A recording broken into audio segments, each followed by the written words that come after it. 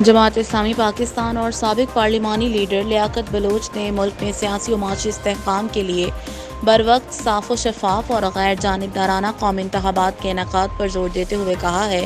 کہ کرپٹ اشرافیہ اور فرسودہ نظام نے تیل، گیس، کوئلہ اور زراعت کی دولت سے مالا مال سندھ کو تباہ اور ملک کے پورے سسٹم کو ناکارہ بنا دیا ہے۔ میں انتخابی نظام کی تمام کمیٹیوں کے اور ان کے ارکان کا بھی شکریہ ادا کرتا ہوں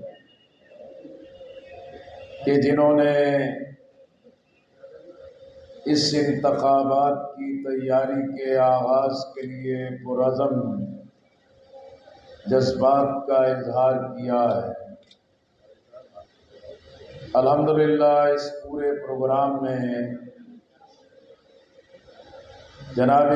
فرید پراچا صاحب نے، اسد اللہ بھٹو صاحب نے، محمد حسین مہنتی صاحب نے، ڈاکٹر امتیاز پالاری صاحب نے، ممتاز حسین سید کنونشن سے مرکزی نائب امراء اسد اللہ بھٹو، ڈاکٹر فرید احمد پراچا، صوبائی امیر محمد حسین مہنتی، نائب امیر ممتاز حسین سہتب، جنرل سیکریٹری کاشف سعید شیخ، جے آئی یوتھ سندھ کے صدر امتیاز احمد پالاری، جمعیت سندھ کے ناظم مرزا نعمان بیگ نے بھی خطاب کیا۔ عمدہ میں پکائیں اور جی بھر کے کھائیں۔